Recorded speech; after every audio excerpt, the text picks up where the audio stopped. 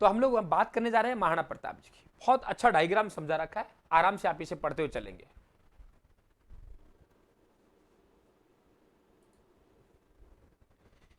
देखिए सबसे पहले हम लोग बात करें साथियों पिता के। बहुत समय बचेगा आप लोगों का, कितनी बढ़िया तरीके से इनको देखा है, आप खुद देखें इस चीज को कि पिता का नाम उदय सिंह जी, पृष्ठभूमि हमने पीछे बना ली। माता का नाम जयवंता भाई सोनगरा। जयवंता भाई सोनगरा बेटी किसकी थी? अखिराज सोनगरा की महाराणा प्रताप के नाना हो गए। बहन किसकी थी? मान सिंह सोनगरा की। तो महाराणा प्रताप का ध्यान रखें आप लोग, ये आप लोगों के मामा हो गए। जन्म स्थल की हम लोग बात करें साथियों, इनका जन्म स्थल कटारगढ़ में हुआ है और कटारगढ़ में बादल महल है। ये अपने पिता के साथ घूमा करते थे, ध्यान रखें आप लोग, पिता के साथ रहा करते थे। तो पिता के साथ रहा करते थे तो ये जो आदिवासी भाई है हमारे भील भाई है, छोटे बच्चे को कीका कहते थे, तो इनका बचपन का नाम क्या हो गया? कीका हो गया।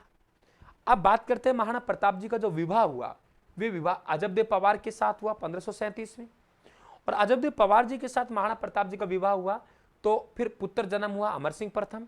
तो अमर सिंह प्रथम का जन्म कब हुआ? 16 मार्च 1559 को। राजा कब बने? 28 फरवरी 1572 को। कितना बढ़िया तरीके से इनका जीवन परिचय यहां समझा रखा है, ठीक है। अब देखते हैं कि पिता ने उत्तराधिकारी घोषित किसे किया? जगमाल को घोषित किया गया। जगमाल को यहां से निकाला गया तो जगमाल कहां जाता है? अकबर की शरण में जाता है। अकबर उन्हें पहले 2 जागीर देगा, जाजपुर की जागीर दी, फिर आंधी की जागीर दी। क्लियर? जाजपुर और आंधी की जागीर दी। उसके बाद में साथियों सिरोही का आधा राज्य भी इनको दिया गया 1581 में। सवाल बनता है सर सिरोही का आधा राज्य अकबर के पास आया कहां से? तो आप बिल्कुल वेरी क्लियर कर ले अपने आप में कि जो बीकानेर के राय सिंह है, राय सिंह ने सिरोही के राजा से आधा राज्य जीतकर अकबर को दिया था। तो इतना बढ़िया कॉन्सेप्ट साथियों आप देखिए आराम से। यहां भाई नोट्स कैसे मिलेंगे मैंने शुरू में बता चुका हूं आप लोगों को, प्लीज मैंने आपको शुरू में बहुत अच्छी तरीके से बताया है नोट्स कैसे मिलेंगे। आप रायथानबुक.com पे जाके ऑर्डर कर सकते हो या 94,688,40,200 पे मैसेज कर सकते हो, ठीक है। बिल्कुल आपको एकदम पता लग जाएगा कि साथियों नोट्स कैसे मिलेंगे, तो ये ध्यान रखें आप लोग। अब देखिए साथियों यहां हमने कहानी को आगे बढ़ाते हैं। टच कहानी है, सबसे बड़ी टच में टच कहानी है, यानी ये जगमाल को उत्तराधिकारी बनाया जाता है, ये जगमाल को यहां से भगाया जाता है, अकबर की शरण में पहुंच जाते हैं साथियों, ठीक है। क्लियर? ये ध्यान रखें आप लोग। और पहले जहाजपुर की जागीर मिली थी, फिर इन्हें आंधी की जागीर मिली और फिर सिरोही का आधा राज्य दिया गया। कई बार सवाल पूछा गया है कि जगमाल को सिरोही का आधा राज्य देने से पहले कौन सी जागीर मिली? आप आराम से बताएंगे सर जाजपुर और आंधी की जागीर मिली। अब बताइए भाई सिरोही के राजा कौन है? राव सुल्तान। वे इस बात का प्रयास करेंगे नहीं करेंगे कि भाई जो आधा राज्य मेरा गया है, वे जो अकबर ने दिया है जगमाल को, वे मैं आधा राज्य प्राप्त करूं। सीधी सी बात, लड़ाई लड़ेगा। अब यहां पे आधा राज्य को लेकर दत्तानी का युद्ध होता है 1583 में, जिसमें जगमाल मारा गया। ये साथियों इनका सामान्य जीवन परिचय हमने पढ़ाया है और उधर देखेंगे आप दूसरी तरफ गजब तरीके से क्लियर किया हुआ है। ये तो कहानी इनके जन्म से संबंधित हुई, ठीक है। अब देखिए साथियों यहां ऐतिहासिक कहानियां हैं, यहां पे ऐतिहासिक कहानी है, यहां पे संघर्ष है। यानी एक तरफ मैंने इनका जीवन परिचय लिया, अब यहां मुगलों के साथ लिए, तो 2 अलग अलग भेद किए हैं मैंने। आप गौर से देखिए, इसको समझने का प्रयास किए कि कितना साथियों मनोवैज्ञानिक यहां आपके बुद्धि का प्रयोग किया गया है। यहां पे ये देखिए आप लोग कि यहां इनका जीवन परिचय और इधर देखेंगे अब इनका संबंध मुगलों से चलेगा कि मुगलों के साथ किस तरीके से स्थापित होते हैं। देखिए कि हम लोग बात करते हैं नागौर दरबार का आयोजन 1570 में हुआ। नागौर दरबार का आयोजन हुआ, अकबर ने किया, आप लोगों को मालूम है। आमेर के बहारमल के सहयोग से किया, अकाल पड़ा था वहां पे, तो भाई ठीक है कि यहाँ के लोगों की सहानुभूति कैसे ले, तो यहाँ पे अकबर ने एक तालाब का निर्माण करवाया शुक्रवार के दिन, उसे हम लोग शुक्र तालाब कहते हैं।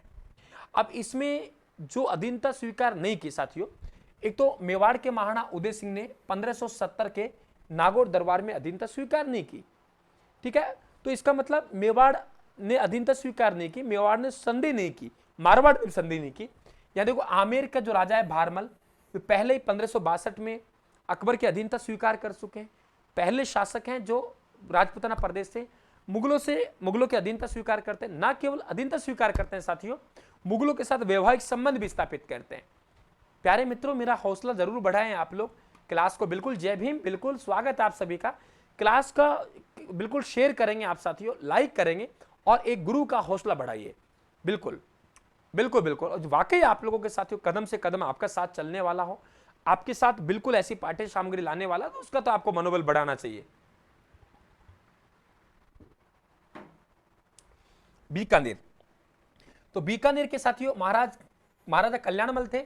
उन्होंने अधीनता स्वीकार की, ना केवल अधीनता स्वीकार की बल्कि अपने पुत्र राय सिंह और पृथ्वीराज राठौड़ को अकबर की सेवा में भेज दिया। मारवाड़ से राव चंद्रसेन गए लेकिन अधीनता स्वीकार नहीं की। गए जरूर थे लेकिन अधीनता स्वीकार नहीं की, और इनकी क्योंकि इनके भाई राम और मोटा राजा उदय सिंह पहले से बैठे हुए थे, ये इनके विरोधी थे। जैसलमेर की हर्राय भाटी ने अधीनता स्वीकार कर ली थी। अब देखो, मैंने एक पॉइंट लिया था कि मेवाड़ ने मुगलों की अधीनता स्वीकार नहीं की नागौर दरबार में, तो नागौर दरबार से संबंधित पूरे फैक्ट मैंने यहां क्लियर किए हैं ताकि विद्यार्थी के दिमाग में नागौर दरबार आते ही एकदम समझ जाए कि सर मजा आ गया। ये ध्यान रखें आप लोग, ठीक है? तो ये जरूर ध्यान रखें आप लोग। आगे बात करते हैं हम लोग।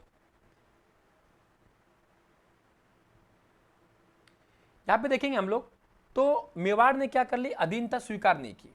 तो उस समय विद्वानों ने कहा है कि जो मेवाड़ की स्थिति थी साथियों, आभूषण रहित विधवा स्त्री जैसी थी। ऐसा कई जगह हमें मिला है पढ़ने को कि बहुत अच्छा साथियों मेवाड़, लेकिन मेवाड़ को संभालने वाला नहीं मिल रहा था। आपने देखा होगा कि रतन सिंह द्वितीय है, उनको साथियों ऐसे सुजनहाड़ा से मारे गए। विक्रमादित्य जी है, उनकी हत्या कर दी गई थी, तो थोड़ा सा डगमगा रहा है, ये ध्यान रखें आप लोग। आगे चलें,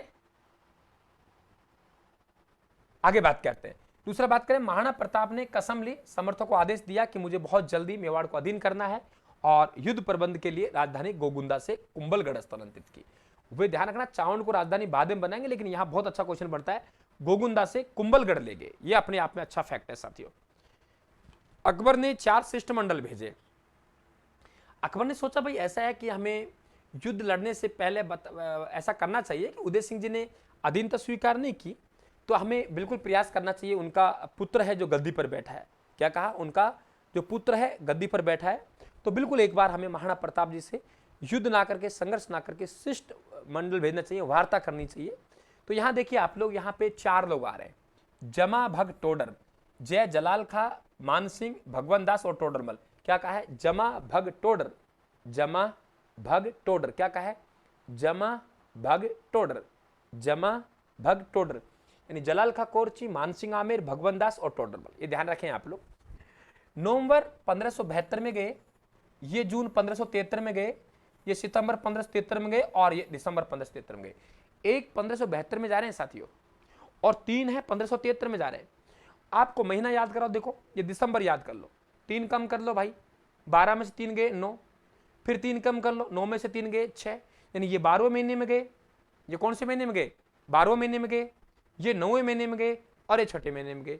तो 12वां, 9वां और छठा, 12वां, 9वां, छठा, 12वां, 9वां, छठा, 12वां, 9वां, छठा।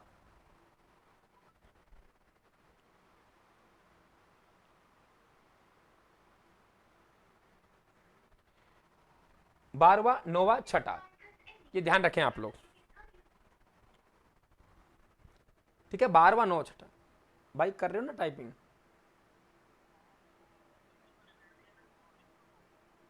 मैं क्लास ले रहा हूं, आप कर लो, है ना? करो करो, ठीक है। तो यहां पे ये 4 शिष्टमंडल जाते हैं, लेकिन वार्ता विफल होती है साथियों। यहां 2 विचारधाराएं, एक वे विचारधारा जो मेवाड़ को अपने अधीन करने का प्रयास कर रहे हैं अकबर, और एक वे है जो मेवाड़ को स्वतंत्र रखेंगे, मेवाड़ को स्वतंत्र रखेंगे, वे विचारधारा है साथियों। और महाराणा प्रताप जी ने ये देखिए आप लोग साथियों, अपनी मातृभूमि की रक्षा के लिए उन्होंने ठान ली कि मुझे संघर्ष करना है, विचारधारा से टकराव करना है, मुझे कोई समझौता नहीं करे। चारों शिष्टमंडल विफल। इधर यहां समझा रखा है राज तिलक, गोगुंदा में महादेव बावड़ी पर हुआ, रावत कृष्ण सिंह ने तलवार बांधी थी, लेकिन इनका जो राज्य अभिषेक उत्सव हुआ, ये भी आप लोग ध्यान रखेंगे, ठीक है भाई? भाई क्या पूछ रहे हो आप लोग? आराम से पढ़िए ना आप लोग, आपको पता होगा यहाँ कैसे पढ़ा रहे हैं, तो बिल्कुल पढ़िए आप लोग। सर आपका चैनल फ्री में पढ़ाते हैं, तो बिल्कुल यहाँ कौन से यूट्यूब पे पैसे ले रहे हैं आप लोगों से भाई?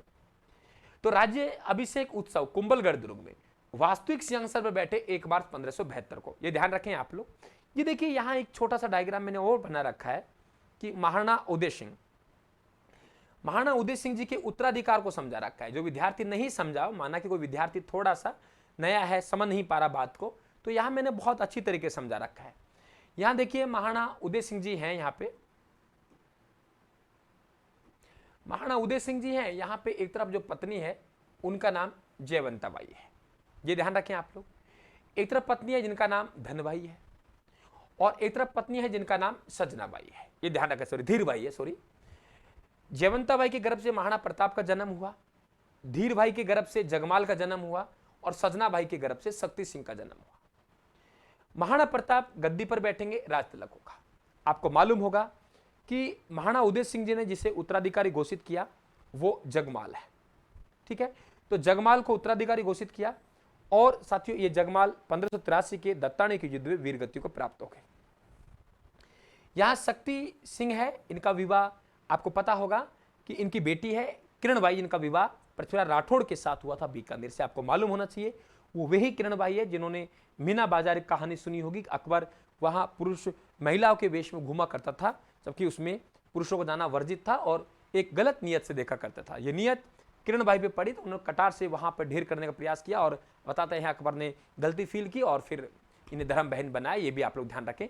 तो वे शक्ति सिंह जी की ही बेटी थी, और ये शक्ति सिंह जी भी मुगल दरबार में, ये मालूम होना चाहिए आप लोगों को। अब साथियों तय मानो जब दो विचारधाराएं आपस में टकरा रही हैं तो सीधी सी बात है युद्ध होगा। और युद्ध अब हमारे कौन सा हो रहा है? हल्दी घाटी का युद्ध।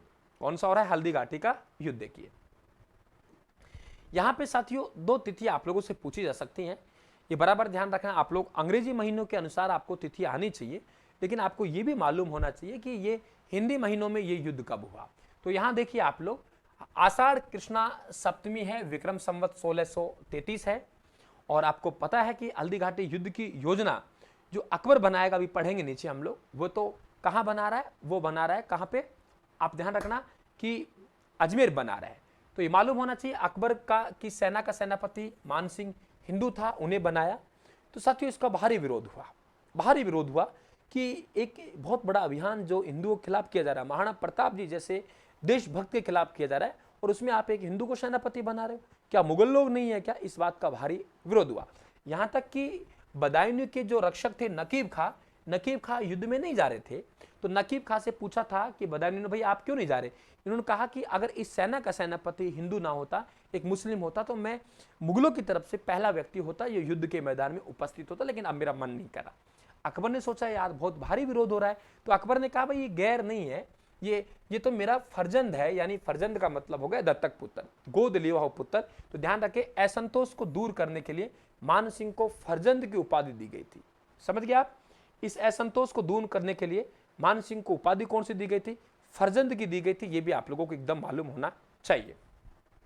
साथियों कुछ आप लोगों को वहां रक्तताल का मैदान है जो बनास नदी के किनारे, यहाँ हाथी युद्ध हुआ था, ये भी आप लोग ध्यान रखें। साथियों यहाँ हाथियों के नाम तक पूछे गए हैं पिछली परीक्षाओं में। जैसे अकबर के हाथी का नाम हवाई और गजा युक्त है, अकबर के हाथी का नाम हवाई और गजा युक्त है। महाराणा प्रताप के हाथी का नाम राम प्रसाद है साथियों, जिन्हें हम लोग पीर प्रसाद भी कहते हैं, ये ध्यान रखें आप लोग। मानसिंह है, मानसिंह के हाथी का नाम मर्दाना है। और अन्य हाथी जो भाग लेंगे इसमें गजराज, राजमुक्त, रनमदार, पीर प्रसाद, खांडेराव और चक्रवाव। क्लियर? चक्रवाव, खांडेराव, पीर प्रसाद, रनमदार, राजमुक्त, गजराज, ये अन्य हाथी हैं। ये भी अपने आप में अच्छा क्वेश्चन बनेगा साथियों। ठीक है, अब देखिए मैंने किस तरीके से यहां पे एक आप लोगों को डायग्राम के माध्यम से समझा रखा है। ये देखिए आप लोग, हल्दी घाटी का युद्ध साथियों, छोटे अक्षर दिखाई देंगे क्योंकि यहां फॉन्ट छोटा इस्तेमाल किया है, वरना डायग्राम में नहीं आता। बिल्कुल साथियों लाइक करें आप क्लास को, बिल्कुल जिन विद्यार्थियों ने लाइक नहीं किया है प्लीज लाइक करके सबको सपोर्ट करें आप लोग।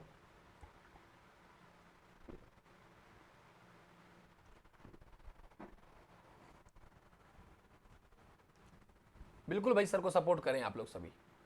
देखिए जो विद्यार्थी पूछ रहे थे सर नोट्स, तो आपको बता दें ये नोट्स आप मंगवा सकते हो यहां से।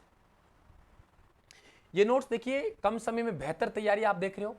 राजस्थान नोट्स परीक्षा में तबाही मचाने के लिए राजस्थान लेकर आया है ब्रह्मास्त्र नोट्स, बिल्कुल ब्रह्मास्त्री हैं। और राजस्थान जीके के राजस्थान का भूगोल मिलेगा, राजस्थान का इतिहास मिलेगा, राजस्थान की राज व्यवस्था मिलेगी और राजस्थान की कला एवं संस्कृति मिलेगी। 3 तरीके का मैटर आपको अवेलेबल है यहाँ पे। वर्णनात्मक नोट्स मात्र 550 रुपए में डाक चार्ज सहित आपके पास पहुंच रहे हैं। अगर आप एमसीक्यू नोट्स लेना चाहते हो चारों सब्जेक्टों के तो 350 रुपए में डाक चार्ज सहित आपके पास पहुंच रहे हैं। अगर आप चारों सब्जेक्टों की पुस्तक लेने चाहते हो राजस्थान की तो वे आपको 700 रुपए में आप तक पहुंच रहे हैं। ऑर्डर करने के लिए आप व्हाट्सएप मैसेज 94 688 40 200 व्हाट्सएप मैसेज करेंगे। वेबसाइट रायथानबुक.com पे भी जाके ऑर्डर कर सकते हैं। आप ये भी नहीं कर सकते तो कोई बात नहीं, आप एक काम कर लीजिए कि रायथान का ऐप आप लोगों को डाउनलोड करना है। ठीक है, यहां पे आपको ई बुक उपलब्ध है। मात्र आपसे 10 रुपए प्रति माह का एक सर्वर चार्ज हो रहा है, वो आपसे लिया जा रहा है। आप पढ़िए, एक एक लाइन को पढ़िए, एक एक पॉइंट को पढ़िए, एक एक शब्द को पढ़िए और उसके बाद लगता है वाकई ही ये ब्रह्मास्त्र है, तो आप इस ब्रह्मास्त्र का यूज जरूर करना साथियों। निश्चित तौर से तुमको परीक्षा में सफलता दिलाएगा और बिल्कुल नाम मात्र के शुल्क में। 1000-2000 रुपए रेट नहीं है यहाँ पे। एक साथियों फोटो कॉपी से भी कम चार्जिंग में आप तक पहुंचा जा रहा है। मैं सभी भाई बहनों को मोटिवेट कर रहा हूं, मेरी तरफ से आह्वान कर रहा हूं कि आप सबके पास टेबल पे ये निश्चित तौर से होने चाहिए। राजस्थान जीके की आपकी टेंशन खत्म हो जाएगी। साथियों आप जरूर ये नोट्सों का इस्तेमाल करें। मैं वादा करता हूं आप लोगों से, निश्चित तौर से ये नोट्स आपको सफलता दिलाएंगे और आपको मालूम होगा कि सर वाकई ये ब्रह्मास्त्र है। बिल्कुल आ जाइए, ये वही नोट्स चल रहे हैं, सेम डिक्टो को डिक्टो साथियों। मित्रों 100-200-500 रुपए हम लोग अगर किताबों में खर्च कर दें, आपको पता है वैसे हम बर्बाद करके आ जाएंगे बाजार में, लेकिन साथियों हम पाठ्य सामग्री में खर्च नहीं करेंगे। और जो पाठ्य सामग्री वाकई मजेदार है उसमें तो विद्यार्थी साथियों और ध्यान आकर्षित नहीं कर पाता। इसलिए बार बार मैं आपसे कह के आकर्षित कर रहा हूं कि राजस्थान के नोट्स और पुस्तक पढ़ें आप लोग। ठीक है, आगे बात करते हैं साथियों। ये नहीं पढ़ सकते तो मात्र 10 रुपए में वहां जाइए, आप राजस्थान का ऐप डाउनलोड करें गूगल प्ले स्टोर से, वहां बिल्कुल पढ़िए, वाकई मजा आएगा। एमसीक्यू, बुक्स, डिटेल नोट्स सब वहां है साथियों ई बुक के रूप में। तो हल्दी घाटी का युद्ध की बात कर रहे हैं तो देखो, डॉक्टर आशीर्वाद श्रीवास्तव ये कहते हैं ये युद्ध 18 जून को हुआ था और डॉक्टर गोपीनाथ शर्मा ये कहते हैं ये युद्ध 21 जून को हुआ था। इस युद्ध को 2-3 नामों से जानते हैं, जरा हम उस पृष्ठभूमि को देख लेते हैं। देखिए कि किस तरीके से जानते हैं। देखो यहां आपका हल्दी घाटी का ये मैदान है, एक तंग घाटी है और इसका यहाँ की मिट्टी का जो रंग है साथियों वे हल्दी जैसा होने के कारण इसे हम हल्दी घाटी कहते हैं। ध्यान रखने, बनास नदी के किनारे स्थित है और इसी कारण से कर्नल जेम्सटोन ने इसे हल्दी घाटी का युद्ध कहा था। इसके नीचे की तरफ आएंगे साथियों तो गोगुंदा की पहाड़ियां, इसके ऊपर तरफ जाएंगे तो खमनोर की पहाड़ियां, दोनों के बीच में स्थित है। अब देखो आप लोग कहेंगे गोगुंदा की पहाड़ियां ये रही आप लोगों के और खमनोर की पहाड़ियां ये रही। अब कुछ विद्वान कहते हैं भाई ये युद्ध तो गोगुंदा में हुआ था और कुछ युद्ध कहते हैं खमनोर में हुआ था। अब ये कहते हैं कौन, बदायूं कह रहे हैं भाई गोगुंदा का युद्ध है और अबुल फजल कह रहे हैं ये खमनोर का युद्ध है। मेरे हिसाब से एकदम कॉन्सेप्ट क्लियर हो गया होगा कि कर्नल जेम्सटोन ने इसे हल्दी घाटी का युद्ध कहा है। यहाँ की मिट्टी का रंग हल्दी जैसा है, पॉइंट नंबर 1। ये गोगुंदा में होना बताते हैं बदायूं, कहते हैं गोगुंदा का युद्ध है। अबुल फजल खमनोर में होना बताते हैं खमनोर का युद्ध है। और आपको एकदम मालूम होना चाहिए कि ये कंफ्यूज मत कर देना कहीं अबुल फजल नीचे और बदायूं ऊपर। आपको पता होना चाहिए कि बैदायूनी अबुल फजल, बदायूनी नाम छोटा है तो गोगुंदा छोटा है, अबुल फजल नाम बड़ा है तो ध्यान रखें आपको खमनोर बड़ा है। क्लियर हुआ। देखिए अकबर युद्ध की योजना बनाते हैं अकबर का किला अजमेर में। ठीक है, योजना का नेतृत्व करते हैं मानसिंह और आसफ खां। सेनापति बनते हैं मानसिंह आमेर जो कि हिंदू थे। सेना यहां से रवाना होती है 3 अप्रैल 1576 को, पड़ाव डालती है मांडलगढ़ भीलवाड़ा में। यानी हल्दी घाटी युद्ध से पहले ये चाहते तो यहां से होके डायरेक्ट यहां पर जा सकते थे लेकिन नहीं गए, क्योंकि ये जो इलाका है एक तरीके से साथियों पहाड़ी इलाका है, घाटियों वाला इलाका है, रास्ते हैं, तंग दर्रे हैं, अरावली है। वे चाहते हैं कि यहाँ हमारी मुगल सेना है गुम सकती है, तकलीफ हो सकती है, अगर इधर ये लोग लड़ने के लिए आएंगे तो यहाँ तकलीफ नहीं होगी। इसलिए चाहते थे मैदानी इलाके में, पठारी इलाके में युद्ध किया जाए। और महाराणा प्रताप जी हैं ये अपने आप को रोक नहीं पाए और हमें देखकर ये हम पे टूट पड़े, हमारी तरफ युद्ध के लिए अग्रसर हो जाए, इस जाल से बाहर निकल के आ जाए। लेकिन साथियों महाराणा प्रताप जी वाकई महाराणा प्रताप जी थे, वे समझ गए इस बात को। उन्होंने अपने पड़ाव को वहां के वहां रखा और फिर ये आगे रवाना हुए मोले लगाओ और फिर ये साथियों हल्दी घाटी की तरफ अग्रसर होंगे। और ध्यान रखना ये जो मान सिंह ने अपनी सेना को जो प्रशिक्षण दिया था, ये प्रशिक्षण ध्यान रखना मांडलगढ़ के दुर्ग में दिया था, आपको मालूम होना चाहिए। महाराणा प्रताप साथियों युद्ध की योजना की बात करें तो कुंभलगढ़ के दुर्ग में बनी है। इनके जो सेनापति हैं वे अकीम खां सूरी हैं। सेनापति कौन है? अकीम खां सूरी। देखिए जो हिंदू मुगल सेनापति है, मुस्लिम सेनापति है, सेना उसका सेनापति हिंदू है और यहाँ हिंदू सेना का सेनापति कौन है ये ध्यान रखना आप लोग, मुस्लिम है। पड़ाव लोह सिंह राजसमंद में डाला गया था। जो साथियों छत्र धारण किया था वे छत्र झाला बीदा ने धारण किया था। कहाँ के हैं? सादड़ी के हैं। महाराणा सांगा का छत्र चेतक की समाधि साथियों बलीचा गांव में, और घायल सैनिकों का जो उपचार हुआ हल्दी घाटी में, वे कहाँ हुआ? कोलियारी उदयपुर में हुआ। वे आपको पता है कि महाराणा प्रताप जी ने मान सिंह पर वार किया था, मान सिंह छिप गया और उनका अंगरक्षक मारा गया, और फिर वहां से झाला बीदा ने छत्र धारण करके महाराणा प्रताप जी को रिक्वेस्ट करके, निवेदन करके बाहर निकाला था। बाकी महाराणा प्रताप जी सेना को छोड़कर नहीं जाना चाह रहे थे, लेकिन महाराणा प्रताप जी की जरूरत थी मेवाड़ को, इसलिए झाला बीदा ने यह कदम उठाया। देखिए कौन कहां से शामिल था, ऐसे पूछते हैं साथियों। एक स्क्रीनशॉट ले लेना आप लोग कि अग्रभाग में कौन थे, आपके अरावल में कौन थे, सब भागों में है कौन कौन लोग थे।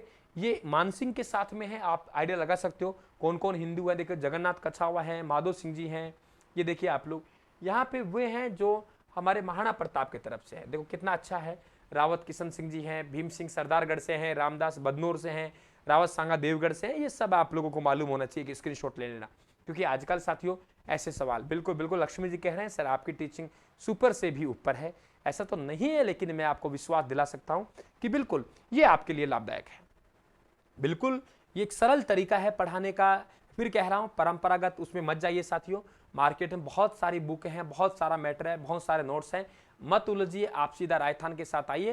राजस्थान बिल्कुल आपका इंतजार कर रहा है, और यहाँ कोई बिजनेस प्लेटफॉर्म नहीं है साथियों, एक सेवा का प्लेटफॉर्म है।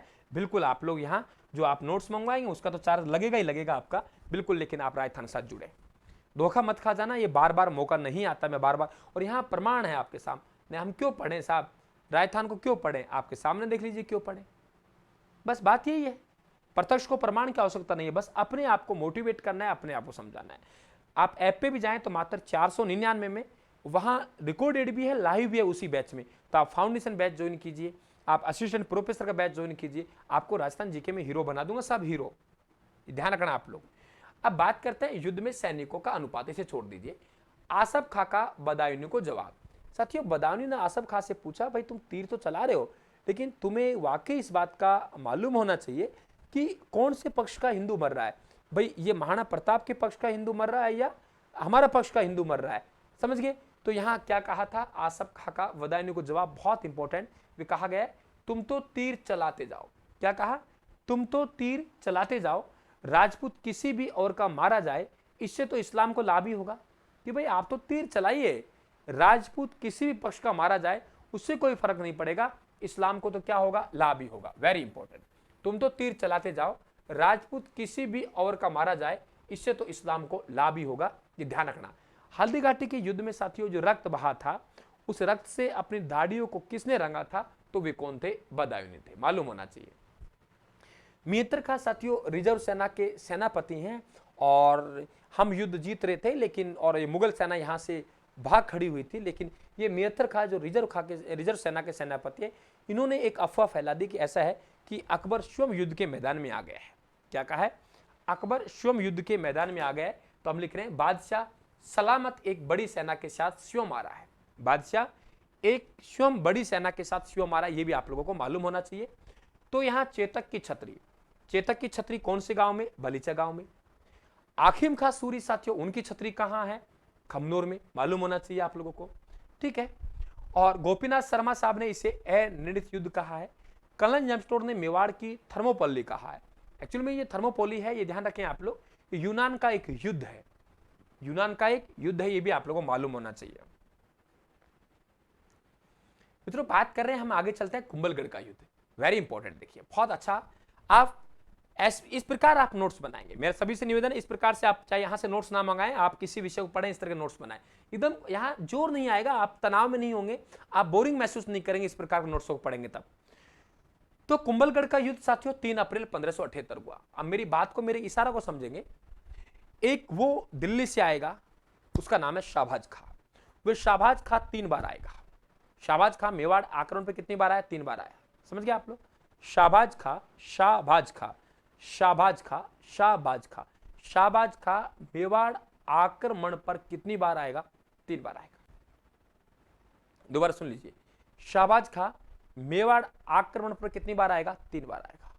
नंबर 1 साथियों, शाहबाज खां आया, महाराणा प्रताप जी राव भाण सोनगरा को सौंप के यहां से चले गए।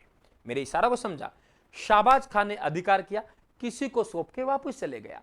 आया कौन भाई? लाडलाओ शाहबाज खां। महाराणा प्रताप जी ने कुंभलगढ़ किसे सौंप दिया? राव भाण सोनगरा को। राव भाण सोनगरा लड़ते हुए साथियों वीर गति को प्राप्त होते हैं। शाहबाज खां का कुंभलगढ़ पे अधिकार होता है। शाहबाज खां किसे सौंपकर? गाजी खां को सौंपकर वापिस चले गया। क्या मेरी बात को समझ पाए साथियों? ये इशारों में ही ताकत है, ये इशारों में ही शक्ति है। वो आया शाहबाज खां, वो आया शाहबाज खां, वो आया शाहबाज खां। दुर्ग किसको सौंपा? राव भाण सोनगरा को। प्रताप जी निकल गए। शाहबाज खां का अधिकार साथियों किसे सौंप के गया? गाजी खां को। अच्छा क्वेश्चन बन सकता है, तो एकदम क्लियर हुआ मेरे हिसाब से। और यहां 1577, 78 और 1579 तीन बार आए, ये ध्यान रखें। और कर्नल जेम्स टोड ने सार्वभौमिक युद्ध का स्थल कहा है। वेरी इंपॉर्टेंट क्वेश्चन, सार्वभौमिक युद्ध का स्थल कहा है, आपको पता होना चाहिए। आगे बढ़ते हम, नेक्स्ट क्वेश्चन हमारे पास ये रहा। महाराणा प्रताप की आर्थिक स्थिति कमजोर हो गई साथियों। कमजोर हुई तो ध्यान रखना 1578 का समय है। समय कब का है? 1578 का समय है। और चूलिया गांव में भामाशाह से मुलाकात हुई। ये भामाशाह आज तो मेरे साथियों, मेरे प्यारे भाई बहनों, आज तो ये भामाशाह है, ये एक उपाधि है। लेकिन उस जमाने में भामाशाह एक उपाधि नहीं थी, भामाशाह एक नाम है। वो महाराणा प्रताप जी को आर्थिक दान देते हैं साथियों, शक्ति को बढ़ाने के लिए। तो आज भी जो हमारे दानी भाई बहन हैं, उन्हें हम लोग भामाशाह की उपाधि से उनका मान सम्मान करते हैं, उन्हें हम लोग सम्मानित करते हैं। तो ये एकदम क्लियर होना चाहिए, पहला भामाशाह हमारा ये है। और आज अलग अलग हम लोग क्षेत्र में भामाशाह नाम देते हैं।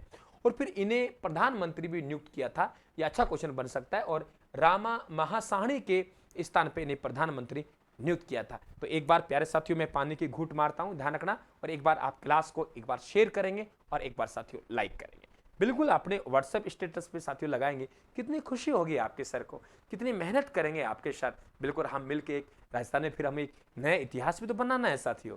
और वे नए इतिहास आप मेरे बिना बना सकते हो, लेकिन आपके बिना मैं नहीं बना सकता। तो मेरे प्यारे साथियों, आप लोग एक बार क्लास को लाइक करेंगे, क्लास को शेयर करेंगे।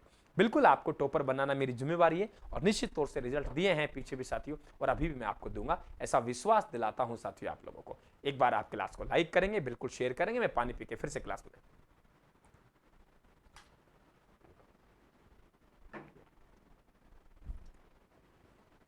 बढ़े आगे। चलिए बिल्कुल आ जाइए फटाफट शेयर करके, बहुत बढ़िया, वेरी गुड। ये लाइव वाला आंकड़ा बढ़ाइए आप लोग, सैकड़ों प्लस में जाना चाहिए। आप साथियों, हम कर्नल जेम्स टोड ने ये जो भामाशाह है, बिल्कुल सभी शेयर करके आएंगे अपने फेसबुक, अपने व्हाट्सएप स्टेटस, अपने ग्रुप सब में, प्लीज। ठीक है, बहुत बढ़िया।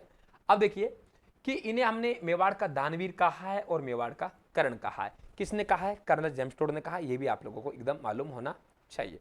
अब आते हैं साथियों आगे हम लोग अकबर के यहां देखेंगे हम लोग। तो हमारे पास में एक दिवेर का युद्ध हम ऊपर छोड़ के आगे, जरा उसको भी हम लोग देख लेते हैं। देखिए आप लोग, दिवेर का युद्ध ये आपको पूरी तरीके से पता होना चाहिए। कहां गया भाई? ये रहा। दिवेर का युद्ध 1582 में हुआ। और यहां जो किलेदार हैं, कौन है किलेदार है? वे अकबर के काका थे, शेरिमा सुल्तान। साथियों, महाराणा प्रताप जी और अमर सिंह जी ने जबरदस्त अटैक किया, जबरदस्त प्रहार था। तो यहाँ पे राजपूतों की विजय हुई, महाराणा प्रताप जी को सम्मान मिला, विजय हुई। कर्नल जेम्स टोड ने यहाँ पे 2-3 नाम दिए। एक तो कहा है कि ये प्रताप के गौरव के प्रतीक है। क्या है? प्रताप के गौरव के प्रतीक हैं। और साथियों एक मेवाड़ का मैराथन, वही बात, मैराथन में एक वहां के राजा बार बार हार रहे थे, बार बार हार रहे थे एथेंस, लेकिन इस युद्ध में विजय प्राप्त की। तो कर्नल जेम्स टोड साहब ने ये जो है, मजा आ रहा है सर जी, बहुत बढ़िया, कि ये जो एथेंस है ये साथियों इस युद्ध में जीत गए। तो ऐसी तुलना महाराणा प्रताप से भी कर दी, ध्यान रखना। तो आपको एकदम पता होना चाहिए कि कर्नल जेम्स टोड ने कहा है ये तो मेवाड़ का मैराथन है। तो मैराथन क्या है? एक युद्ध है, ध्यान रखें आप लोग।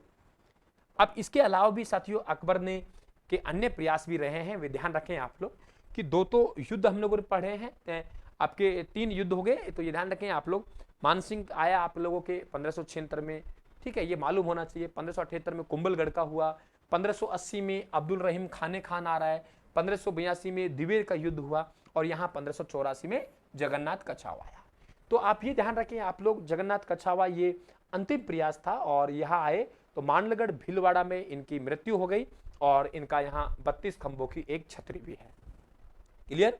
यहाँ एक 32 खंभों की क्या है? छतरी भी है। ये भी आप लोगों को मालूम होना चाहिए। ठीक है, बिल्कुल बिल्कुल। और साथियों यहाँ एक अच्छा क्वेश्चन और बन सकता है, क्योंकि कौन से शहर का नाम किसने क्या रखा, ये कई बार सवाल पूछे जाते हैं, तो आपको मालूम होना चाहिए कि इन्होंने उदयपुर का नाम मोहम्मदाबाद रखा था। उदयपुर का नाम क्या रखा है? मोहम्मदाबाद रखा है। ये भी आप लोग ध्यान रखें साथियों। बिल्कुल बिल्कुल, हाँ बिल्कुल बिल्कुल, स्वागत है आपका, बिल्कुल महाकवि मेघ की धरती वालों, बिल्कुल स्वागत है मेरे भाइयों का। महाराणा प्रताप का दरबार साथियों, यहां से अच्छे क्वेश्चन बन सकते हैं। चलो पहले हम ये पढ़ लेते हैं, महाराणा प्रताप और चावंड। देखिए यहाँ किस तरीके से मैंने यहाँ बराबर तुलना ली है साथियों नोट्सों में, और देखिए किस तरीके डिजाइन किए आप। देखिए हमारे टाइपिस्ट ने कितनी मेहनत की होगी, शायद अपनी लाइफ में आप पहली बार ऐसे नोट्स देख रहे होंगे साथियों। ये देखिए आप लोग कि महाराणा प्रताप और चावंड है। 1585 में महाराणा प्रताप जी ने अपनी संकटकालीन राजधानी चावंड को बनाई, और शक्ति उपासना के लिए इन्होंने वहां एक मंदिर बनवाया था साथियों, और मंदिर का नाम है चामुंडा माता का मंदिर।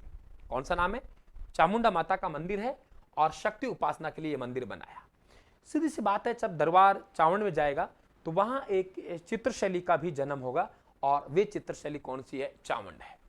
तो चावंड चित्रशैली का जन्म हुआ, और यहाँ का एक साथियों प्रसिद्ध चित्र है, उस प्रसिद्ध चित्र का नाम क्या है? रागमाला। यह मैं आपको रोकना चाहूंगा 1 मिनट के लिए, 1 सेकंड के लिए। रागमाला साथियों एक ना केवल चावंड का है, रागमाला मेवाड़ का भी है, रागमाला चावंड का भी है, रागमाला मारवाड़ का भी है, रागमाला कोटा का भी है। यानी सब जगह की क्या है आप लोगों के रागमाला साथियों, ध्यान रखें आप लोग। तो ये जो रागमाला है ये अमर सिंह प्रथम के समय चित्रित हुई, और इसके चित्रकार निसारुद्दीन थे। अगर ये रागमाला मेवाड़ में होती तो फिर इसके चित्रकार साहेबदीन होते। ये रागमाला मारवाड़ की होती, चित्रकार वीर जी होते। ये रागमाला कोटा की होती, चित्रकार डेलूराम होते। तो इस प्रकार से आप इनको पहचानेंगे, ठीक है। तो निधन इनका हुआ है वे 19 जनवरी 1597 को यहां हुआ है।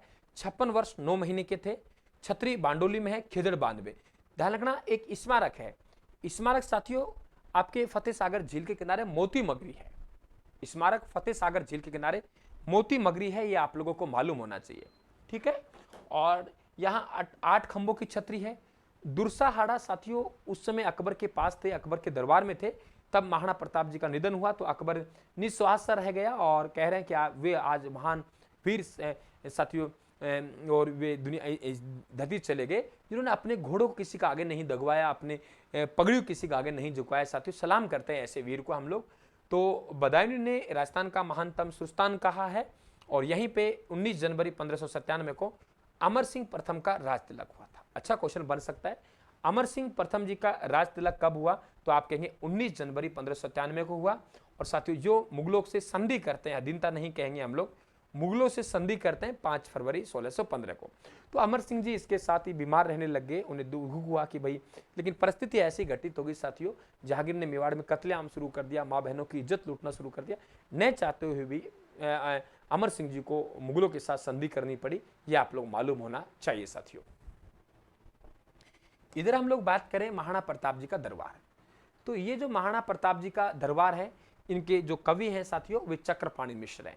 आजकल ये आपसे पूछा जाना लगा है।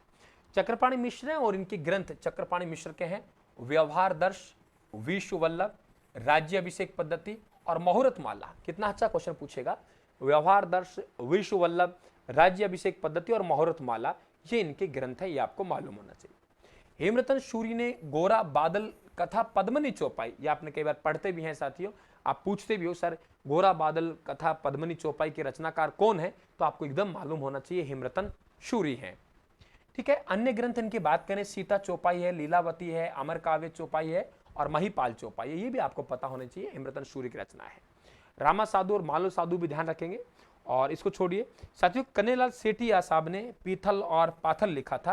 पीथल इसमें ये ध्यान रखें कन्हैयालाल सेठिया साहब कहा गया, और पाथल महाराणा प्रताप साहब कहा गया, मालूम होना चाहिए आप लोगों को। और इनका जो यहाँ पे बदराना में हरिहर का मंदिर है, बदराना में कौन सा है? हरिहर का मंदिर साथियों बना था। तो ये महाराणा प्रताप जी की पूरी